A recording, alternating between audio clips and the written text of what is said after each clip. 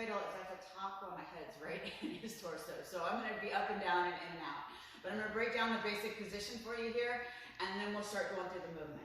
All right, so what I wanna have here is I wanna have his posture broken down. In this specific cradle, his arm is gonna be on the inside. There are different movements and different things where sometimes he's on the outside here.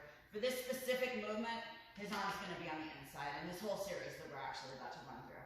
All right, so I want control of this leg and to break his posture of his head, and I'm gonna get a nice S grip. Yes, you can gable grip. I have short arms, so I kind of always S grip. I also wanna be digging my forehead into his torso here, so I'm gonna come up on my toes so I can really put this pressure forward. So this is what it's gonna look like. I've got my arms connected. I don't want him to be able to kick this leg out, so I have to make sure that I'm strong enough here for that. I really want this to be uncomfortable here with my head and his torso. Also, I can start to move. And that can not only counter his ability to break me out of there, but it's really uncomfortable and it kind of marinates him, which is what's gonna make our next movement easier.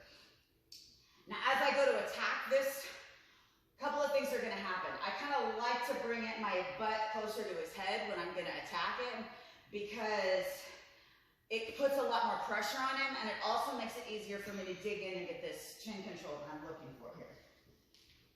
So I'm in my cradle here. I'm gonna move around. When I get up here, I'm gonna take this arm as deep as I can here and try to get this chin control. Same time, I'm gonna move my hands to this part of his leg, and I'm gonna heist it up. And use that momentum to step over. As I do now, I wanna get control of this leg, and as I'm getting control of this leg, I'm gonna need to release his chin to post out here. If he doesn't immediately react, I can go ahead and grab this ankle here, put my knee in, and complete my Bendy Kneebar here. Not a whole lot changes if he locks his legs, but I'm gonna run through it one more time. All right, I'm here, moving back and forth. Take my deep chin control, lift his leg up and use my momentum to step over. I'm coming up. Now he's got his legs triangled here, right? So I'm gonna come into our Drysdale position. I'm gonna walk my hands down, clip this leg off, put my knee back in, the leg over, finish my Bendy Kneebar. Now, when I'm done, maybe you've heard me say this a time or two, we always want to recompose our position. It's the best thing that you can do. And then I also generally like to take a half guard or stand up or do something that will allow me to keep this fluidity in my mind in case the move doesn't work.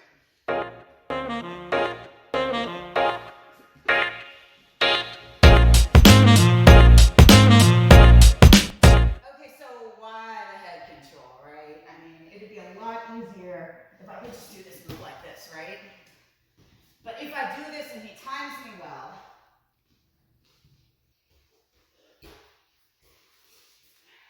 I went from a really good cradle attack to big flat on my back and bottom half guard.